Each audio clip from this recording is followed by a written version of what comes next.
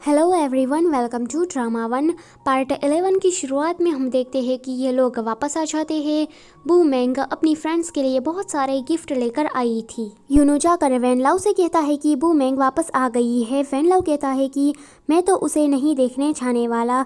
वैसे उसका मन तो करता है पर उसका ईगो बीच में आ रहा था। ये लोग आते ही कॉन्सर्ट रू के महल में उसे पूछताछ करने के लिए जाते हैं। जी शुआंग सवाल पे सवाल किए जा रहा था।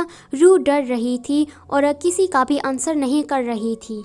वो अपनी पोजीशन का फ़ायदा उठाकर उन दोनों को बाहर भगा देती है। तो उसकी मेड बाहर आकर कहती है कि जियान ना एक दिन हमारे कमरे में आई और मैडम को नहाते हुए देख लिया था। तो मैडम ने उसे बहुत ही ज़्यादा डांट लगाई थी। उसके बाद हमें नहीं पता कि उसके साथ क्या हुआ, उसने अचानक से ही सुसाइड कर ली। वो मैं कहती है कि ये रू की मेड हमारी इतनी मदद क्यों कर रही है, कुछ तो गड़बड़ है। जिशुआंग कहता है कि मुझे यहाँ से जाना होगा। बूमेंग कहती है कि रुको ज़रा, तुम मुझे ठीक से कुछ भी बताते क्यों नहीं हो। बूमेंग के घर पर बहुत सारी कॉन्क्यूबाइन गिफ्ट लेकर आई थी क्योंकि आजकल बूमेंग वैनलाओ की चहेती बनती जा रही थी। बूमेंग वहाँ आती है तो यान उसे कहती है कि ये लो लिस्ट, सभी कॉन्क्यूबाइंस ने तुम्हें गिफ्ट दिए हैं। राजा ने रू को इग्नोर करना स्टार्ट कर दिया है और वो तुम पर ध्यान दे रहे हैं, इसलिए ये सारी तुम्हारी चमची बनना चाहती है। शाओ कहती है कि मैंने तो ये रूमर भी सुना है कि राजा गे है, इसलिए वो किसी के साथ भी बेड शेयर नहीं करते हैं। बूमेंग ये सुनकर कहती है कि मुझे इस गिफ्ट की कोई भी ज़रूरत नहीं है, मैं उन सारी कॉन्क्यूबाइंस को ये सब कुछ लौटाने के लिए जा रही हूँ। जब वो रास्ते में जा रही थी तो यान आती है और उसे छाता देती है। बूमेंग कहती है कि क्या ये तुमने कुछ नई चीज़ बनाई है? तो यान कहती है कि नहीं, मुझे बस ऐसा लग रहा है कि बारिश आएगी, इसलिए तुम इसे अपने साथ ले जाओ। फिर बूमेंग यूनुच के पास जाती है खटारा लेकर। यूनुच तो ये देखकर डर जाता है। वो तो सीधा वैनलाओ के पास ही उसे भेज देता है। वैनलाओ अभी एक कुत्ते के साथ खेल रहा था। बूमेंग भी उस कुत्ते को देखने लगती है तो वैनलाओ कहता है कि क्यों, तुम्हें जलन हो रही है? क्या तुम भी इसी की ही तरह मेरी गोदी में अच्छे से खेलना चाहती हो? क्या मैं तुम्हें भी अपना पेट बना दूँ? यह सुनकर बूमेंग कहती है कि बकवास करना बंद करो। वैनलाओ कहता है कि सच में? वो बूमेंग के साथ कुछ ऐसा करता है तो बूमेंग कहती है कि मुझे टच मत करो। फिर वो अपनी मुद्दे की बात करने लगती है कि सारी कॉन्क्यूबाइंस ने उसे रिश्वत के तौर पर इतने सारे गिफ्ट भेजे हैं, पर मैं उन्हें ये वापस लौटाना चाहती हूँ क्योंकि मैं तो इस राजमहल से जल्दी ही वापस जाने वाली हूँ, तो ये सारी चीज़ें मेरे किस काम की? ये सुनकर वैनलाओ का चेहरा उतर जाता है। बूमेंग कहती है कि महाराज, क्या आपने ये रूमर सुना है? वो पूछता है कि कैसा रूमर? बूमेंग कहती है कि आप गे हैं। वैनलाओ कहता है कि ये तो मुझे पहले से ही पता है, मुझे ना इस रूमर को ख़त्म करना है, तो क्या तुम मेरी इसमें मदद करोगी? बूमेंग कहती है कि नहीं। वैनलाओ कहता है कि इस रूमर को ख़त्म करने के लिए तुम्हें मेरी मदद करनी चाहिए, मैं तो बस तुम्हें एक रात रुकने के लिए ही तो कह रहा हूँ। बूमेंग कहती है कि फिर मेरी रेप्यूटेशन का क्या? तो वैनलाओ कहता है कि भूलो मत कि तुम एक कॉन्क्यूबाइन हो और तुम्हारी रेप्यूटेशन क्या है, तो इसके बारे में तुम चिंता मत करो। बूमेंग कहती है कि मैं ज़रा सोचकर बताती हूँ, तो वैनलाओ उसे रोक देता है। वो कहती है कि मुझे जियान का मर्डर केस सॉल्व करने के लिए जाना है। वैनलाओ कहता है कि मैं भी चलता हूँ। बाद में ये दोनों जियान के कमरे में आते हैं। वहाँ आकर बूमेंग कहती है कि जियान की आत्मा यहाँ पर भटक रही होगी, तो वैनलाओ कहता है कि बकवास करना बंद करो। पर तभी ही कुछ आवाज़ आती है। वहाँ पर मेड थी, पर बूमेंग बहुत ही ज़्यादा डर जाती है कि आत्मा क्या सच में तो नहीं आ गई ना। पर वो मेड बाहर आकर कहती है कि महाराज, मुझे माफ़ कर देना, मैं तो बस यहाँ पर कपड़े लेने के लिए आई थी। वो मेड कहती है कि पर मुझे आपसे कुछ कहना है। जब जियान का मर्डर हुआ था तब वो काफ़ी ज़्यादा डरी हुई नज़र आ रही थी। वैसे तो वो सब पर रौब झाड़ती रहती है, पर उस दिन वो काफ़ी डरी हुई थी। वैनलाओ उस मेड को जाने को कहता है। बाद में ये दोनों भी बाहर आ जाते हैं। बाहर बारिश आ रही थी तो बूमेंग कहती है कि मेरे पास तो छाता है, इसलिए मैं तो जा रही हूँ। पर अब वैनलाओ ऐसे ही भीगते हुए जाने लगता है तो बूमेंग कहती है कि मैं महाराज को ऐसे भीगते हुए नहीं जाने दे सकती, लोग देखेंगे तो मुझे ही कोसेंगे। ये दोनों ही एक ही छाता शेयर करते हुए वापस आते हैं। वापस आने के बाद बूमेंग को सर्दी लग जाती है। वो तो वैनलाओ के कपड़ों पर ही छींके मार रही थी एंड सर्दी भी लगा रही थी, तो वो कहता है कि दूर हटो मुझसे। पर वो फिर कहता है कि क्या तुम मेरे करीब आकर मुझसे कुछ, तो वो कहती है कि ऐसा कुछ भी नहीं है, मैं ऐसा सोच भी नहीं सकती हूँ। पर बूमेंग बहुत ही चीखे खा रही थी तो वैनलाओ उसे गर्म पानी पीने को देता है। अगले दिन वेनलाओ के पास जीशुआंग रू को लेकर आता है। वहाँ पर बूमेंग भी खड़ी थी। वो वेनलाओ के पास एक यूनुच को लाता है। वो कहता है कि इस यूनुच से ही सब कुछ स्टार्ट हुआ है। उसका नाम जेंग था। जीशुआंग कहता है कि असल में तो ये एक मर्द है, पर यूनुच बनकर आपके महल में रह रहा था, काम कर रहा था। इसका चक्कर जियान के साथ चल रहा था। अब कहानी में बूमेंग आती है। बूमेंग अपनी चीज़ों को इधर उधर रख कर भूल जाती है, तो जियान ने उसकी हेयर पिन तभी उठा ली थी। उस दिन जश्न चल रहा था, सारे लोग जश्न में बिजी थे। तो मौके का फ़ायदा उठाकर जियान और ये सेंग दोनों ही झाड़ियों के अंदर इश्क लड़ा रहे थे, पर एक्सीडेंटली छोटे राजकुमार ने ये सब कुछ देख लिया, तो वो उसे पंखा मारकर भाग गए। उस पंखे को देखकर जियान कहती है कि ये तो इष्ट के राजकुमार का है, यानी कि इष्ट के राजकुमार ने इन दोनों को ऐसे देख लिया है। ये सुनकर जेंग तो वहाँ से भाग जाता है, गायब हो जाता है। ये सदमा जियान बर्दाश्त नहीं कर पाती और वो सुसाइड करके मर जाती है। वेनलाओ कहता है कि जल्दी से इस गधे को जेल में डाल दो। जीशुआंग कहता है कि शायद जियान अपने बेवफा आशिक का धोखा सहन नहीं कर पाई और उसने सुसाइड कर ली। वो रू के बारे में कुछ भी नहीं बता रहा था, पर उसकी और शक भरी निगाहों से देख रहा था। रू भी डर रही थी। उसके बाद जीशुआंग और मैंग दोनों ही बातें कर रहे थे, क्योंकि अभी भी हेयरपिन वाला मामला सॉल्व नहीं हुआ था। वहाँ पर वेनलाओ आ जाता है। वो कहता है कि तुम मेरे पीठ पीछे क्या बात कर रही थी, ज़रूर मेरी बुराई ही कर रही होगी। तो जीशुआंग कहता है कि नहीं, ऐसा नहीं है, बूमेंग को आप की फिक्र है, इसलिए वो केस को सॉल्व करने में मेरी मदद कर रही है। यह सुनकर बूमेंग भी नाटक करने लगती है। वेनलाओ कहता है कि ऐसा है क्या? वैसे वो सब कुछ जानता था कि ये बस नाटक ही कर रही है। फिर बूमेंग अपनी सहेलियों के पास होती है, तो मेड आकर कहती है कि बूमेंग, तुम्हारे डैड को किसी ने जहर देने की ट्राई की है। यह सुनकर बूमेंग भागती हुई जाने लगती है, तो वेनलाओ भी उसके साथ जाता है।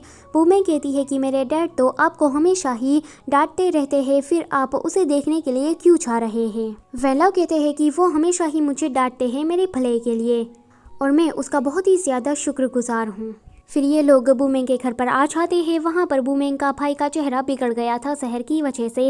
ये देखकर बूमेंग तो ज़ोर ज़ोर से हंसने लगती है। फिर वेनलाओ डैड से पूछता है कि क्या हुआ था, किसने आपको जहर देने की ट्राई की? तो बूमेंग के डैड कहते हैं कि कोई नहीं, हमारा बस एक पुराना नौकर था, उसने बदला लेने के लिए ये सब कुछ किया है। ये दोनों ही बूमेंग के डैड और भाई को अलविदा कह के रू के घर पर जाने लगते हैं।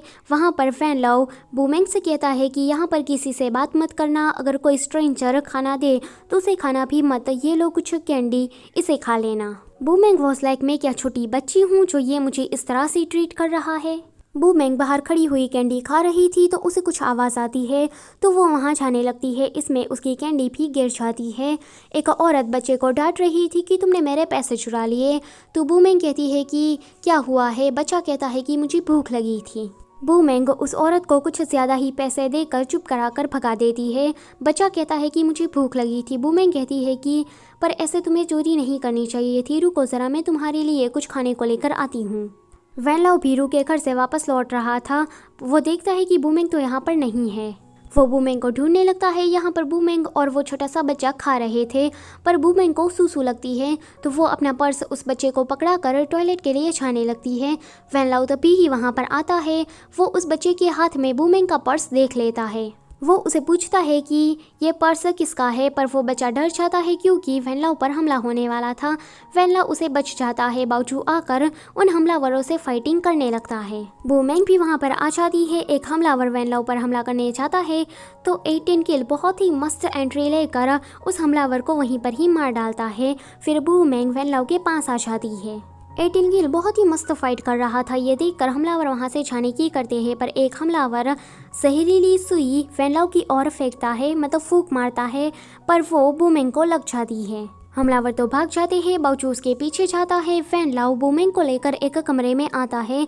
वो उसके कपड़े उतार कर उस जहरीली सुई को निकालने वाला था, पर बूमेंग उठ जाती है। वो कहती है कि महाराज अपने आप पर कंट्रोल रखिए। तो वेनलाओ कहता है कि मैं तो बस जहरीली सुई को निकाल रहा था, अगर मैं नहीं निकालता तो तुम 30 मिनट के अंदर मर जाओगी। बूमेंग कहती है कि फिर तो जल्दी से इसको निकाल दो।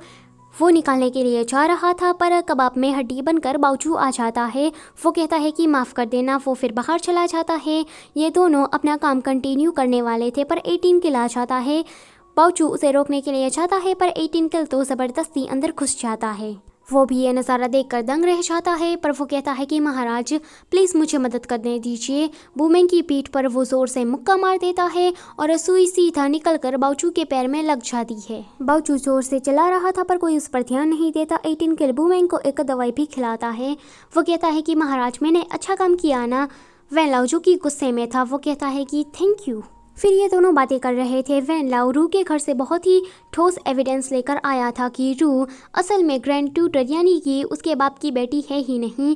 मिस्टर रू की बेटी पैदा होने से पहले ही मर गई थी तो इसीलिए उन लोगों ने रू को अपनी बेटी बना लिया। एंड ये रू फैमिली पूरी डोंगली स्टेट से मिली हुई है। इसलिए वैन लाओ ने रू के डैड और भाई को जेल के अंदर डाल दिया था। बूमेंग फिर कहती है कि यान मुझे तुम्हारे टैलेंट की ज़रूरत है। यान फिर सब लोगों के पास जाकर अफवाह फैलाने लगती है कि राजा बहुत ही ज़्यादा इंजर्ड हो गए हैं और जिसने भी उस पर हमला किया था उसमें से 4 हमलावर मिल गए हैं। 3 ने तो सुसाइड कर ली पर एक अभी भी जिंदा है। रू की मेट भी दूर से ये सब कुछ सुन रही थी। वो रू को आकर ये सब कुछ बताती है। वो कहती है कि हमें जल्दी से जल्दी उस हमलावर को मार डालना होगा, कहीं वो अपना मुंह ना खोल दे। रात में रू जहरीला खाना लेकर उस हमलावर को मारने के लिए जाती है, मार भी डालती है। वो उसके भाई को भी जहरीला खाना देने वाली थी पर ये सारे लोग उसे रंगे हाथ पकड़ लेते हैं। उसका जो भाई था वो कहता है कि तुम मुझे जहरीला खाना देकर मारना चाहती थी। वो कह देता है कि मैं इसकी साइड नहीं हूँ। वो तो जल्दी से अपनी साइड बदल देता है। वो कहता है कि वैन लाओ मैं तुम्हारी साइड हूँ और ये लड़की डोंगली स्टेट से ही है। टीशुआंग आकर सारा मामला समझाने लगता है कि उस दिन जियान ने नहाते हुए रू को देख लिया था, तब उसने उसके शरीर पर डोंगली स्टेट का टैटू देख लिया था। इस रू ने तो जियान को सुसाइड करने पर मजबूर कर दिया और ऐसे दिखाया जैसे कि बूमेंग ने ही मर्डर किया हो। वो बूमेंग को भी रास्ते से हटाना चाहती थी। रू की मेट कहती है कि पर ये बात तुम्हें कैसे पता चली? तो टीशुआंग कहता है कि उस दिन तुम हमसे अच्छा बनने का नाटक करने के लिए आई थी। उस दिन मैंने तुम्हारी जूती देख ली थी और क्राइम सीन पर भी तुम्हारी जूती के निशान और एक मोती मौजूद था, तो मुझे सब कुछ पता लग गया। ये देख रू की मेट वैन लाओ पर हमला करने के लिए जाने वाली थी तो बूमेंग टीशुआंग को बचाती है। वैन लाओ बूमेंग को बचाता है और 18 किल वो तो उस मेड को ही मार डालता है। रू तो रोने लगती है क्योंकि उसकी प्यारी मेड मर हो गई थी। वो कहती है कि जब तुम क्राउन प्रिंस थे तब मैं तुम्हारी गर्लफ्रेंड थी। हम दोनों एक दूसरे से बहुत ही ज़्यादा प्यार करते थे पर तुम्हारे डैड मर गए और तुम्हें वारसे में राजा बनना पड़ा। फिर तो बहुत सारी कॉन्क्यूबाइन तुम्हारे आसपास मंडराती रहती थी, तुम मुझ पर ध्यान नहीं देते थे। मैं हूँ तुम्हारी असली पत्नी पर जब से ये बूमेंग आई है तुम्हारा सारा ध्यान इस बूमेंग पर चला गया। मेरी तो कोई वैल्यू ही नहीं रही।